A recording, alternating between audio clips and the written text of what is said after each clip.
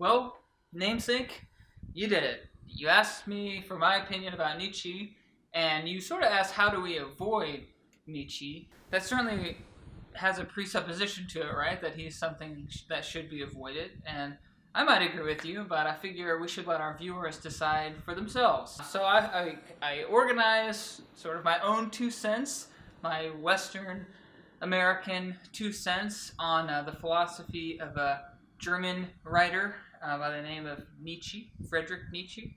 Got 3 steps on how to Nietzsche, or how not to, if it turns out that you don't want to adopt his conclusions or his philosophy. The first thing to realize is that Nietzsche doesn't see himself as giving us much advice.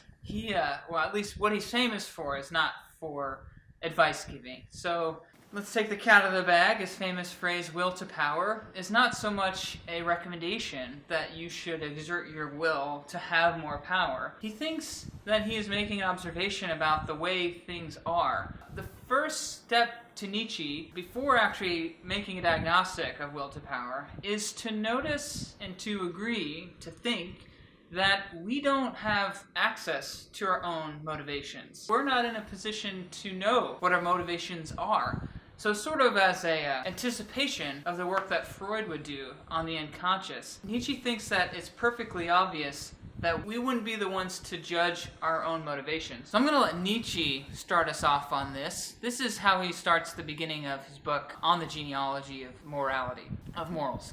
He says, "We are unknown, we knowers, ourselves to ourselves. This has its own good reason. We have never searched for ourselves. How should it then come to pass that we should ever find ourselves? Right has it been said, where your treasure is, there your heart also will be. Our treasure is there, where stand the hives of our knowledge." Notice that he has no problem quoting Jesus, the founder of the very religion that he thinks is the problem with the world, more or less.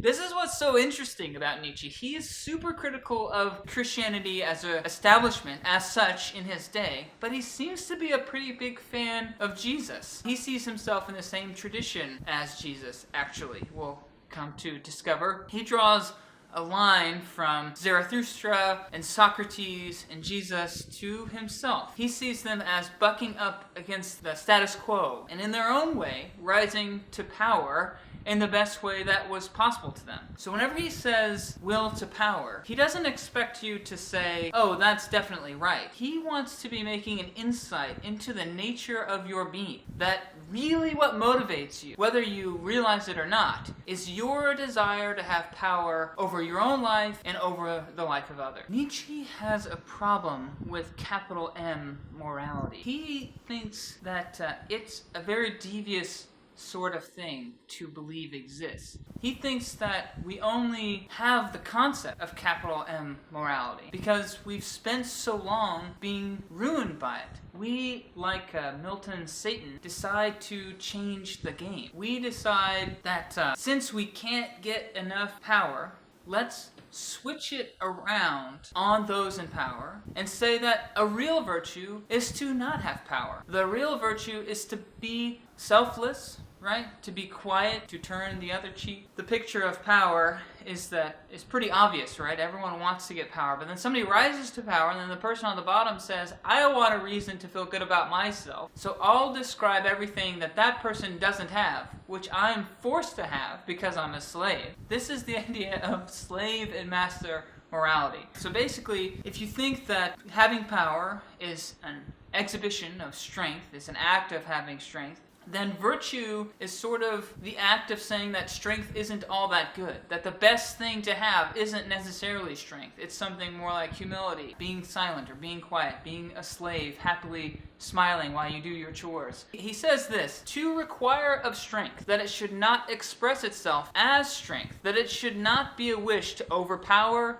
a wish to overthrow, and a wish to become a master, a thirst for enemies and antagonism and triumphs. It is just as absurd as to require of weakness that it should express itself as strength. So according to Nietzsche, if you were to say that a strong man, the strongest kind of man, is actually the most gentle or the most humble. He would say that's BS. That's totally absurd. Strength is strength. And what we should want from people is strength. We should be encouraging people to be the strongest version of themselves that they can possibly muster. We shouldn't do anything, virtuous or otherwise, that makes us weak, that makes us feel weak. He basically thinks that that kind of morality is not only wrong, right? It's patently false, but it also destroys a person's soul. That's his key observation. Probably from his own experience, when he found himself trying to live up to statutes and whatever from the Christian church at the time, it basically ruined and rooted out everything that he considered himself to be. So he fought for the idea that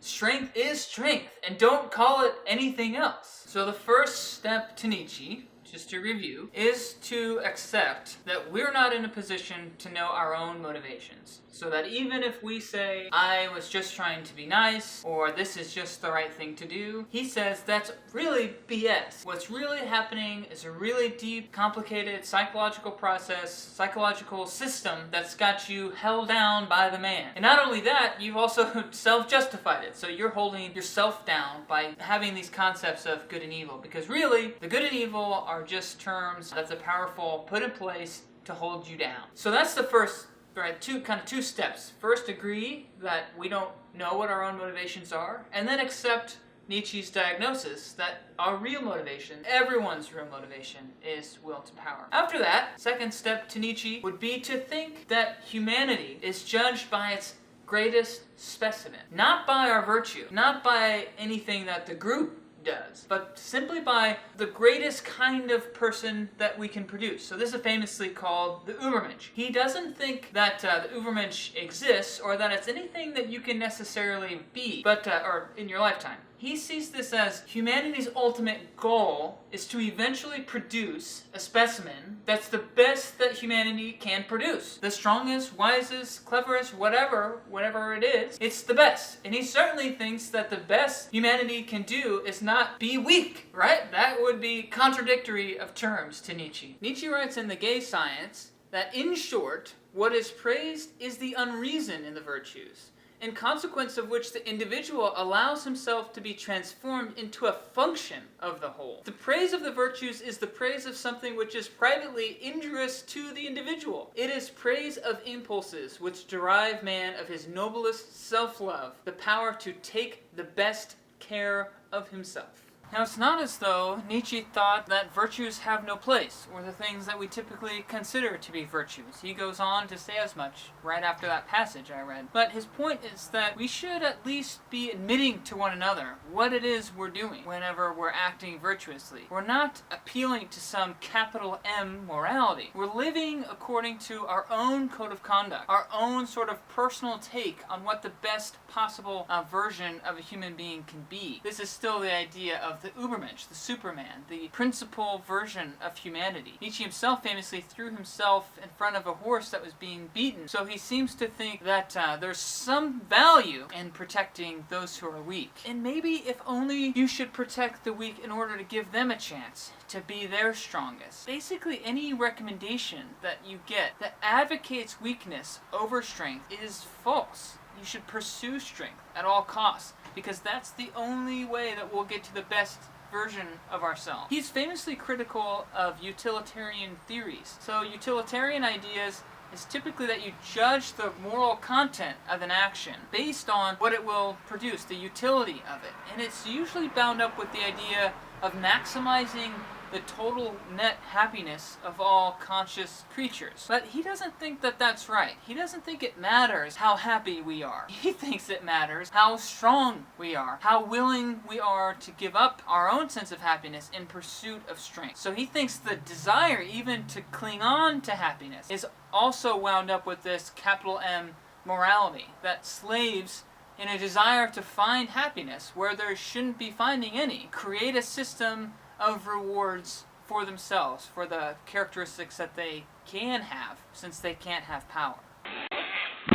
The next step to Nietzsche is to want to live over and over and over again. It's not clear if Nietzsche himself believed that eternal recurrence was a metaphysical reality, but he certainly wanted his readers to imagine a scenario where your life played over and over and over eternally, so that every decision you made in every moment of your life, you were thinking to yourself, what would I be doing if I knew that I would have to do this same thing for infinity on? Would you think more carefully about what you really want out of this critical moment, since you have to do it for forever? He thinks that that kind of framework for thinking about our actions might help us get out of master and slave morality. So this is what I was describing earlier, where he sees himself in the same philosophical heritage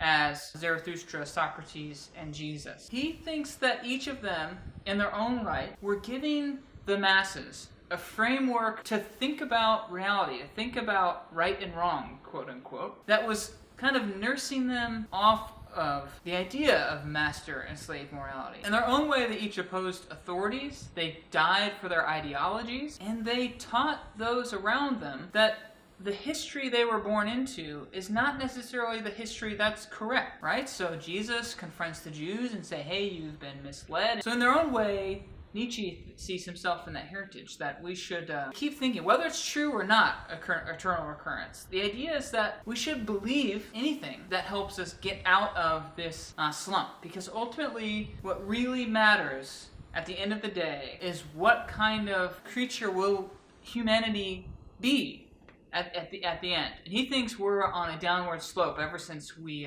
let Christianity grab hold of us and create a whole other weird authoritarian world. So, to your question, how do we avoid Nietzsche? Well, the best way to avoid Nietzsche is to think that he's wrong about the observations, right? He's not giving you advice. He thinks that he's making observations about the way things are. So, maybe you just think that Jesus is a better authority than Nietzsche is. Maybe when Jesus is saying something like, your treasure is where your heart is, and then he says other things about heaven and hell and about what we should be anticipating whenever we die, maybe Jesus is a good authority for those issues. Maybe, like I believe, he actually rose from the dead. That's something Nietzsche didn't manage to pull off. So there's a question about who you should believe. If you want to take Nietzsche's approach, I can't stop you. All I can do is say, I disagree. I think that Jesus, the Nazarene, is a much better authority on moral issues and should be taken seriously. I don't think he considers himself as just coming in and helping people get out of the master and slave morality. I think Jesus takes himself to be reestablishing the order that has always been. I want to leave you with one more passage from a book that Nietzsche himself thought was his greatest work, called Thus Spoke Zarathustra. This is a fiction based around an actual historical Zarathustra, but Nietzsche feels free to put words in his mouth to express a greater point. So in this particular passage, it comes right after Zarathustra spent some time asking the people around him why they believe in him. He basically says, do not all people who follow anyone believe in them? And then he finishes off the chapter with this. Dead are all the gods. Now do we desire the Übermensch to live. Let this be our final will at the great noontime. Thus spoke Zarathustra. It's not the famous "we kill God" phrase, but it comes from a prophet. It comes from somebody who did have people following him. I think it makes Nietzsche's point really salient here. Like I said, I think it's important to remember that he considers himself just like these people. He thinks that God being dead means there's a huge onus on us to decide what the best kind of person will look like eventually. It's not now, and it might not be in our lifetime, or in our kids' lifetime, or several generations away, but we need to set the moral structure, right? Lowercase m. We need to create the structure that will eventually generate the best kind of human being that can ever live. And he thinks the best way to do that is for us all to pursue what we want, to be as strong as we possibly can. So I want to ask you, namesake, what literature can tell us about the relationship between virtue and power? Is virtue its own good? Do we have any stories where virtue doesn't merely play a part in things working out the best possible way, to have the most power for that person, but something that might describe virtue as its own good. It's good in and of itself. That's all I've got. I'd also love to know what the viewers think of this, if I did Nietzsche no justice at all, or if I fairly approximated some of his teachings. Thanks.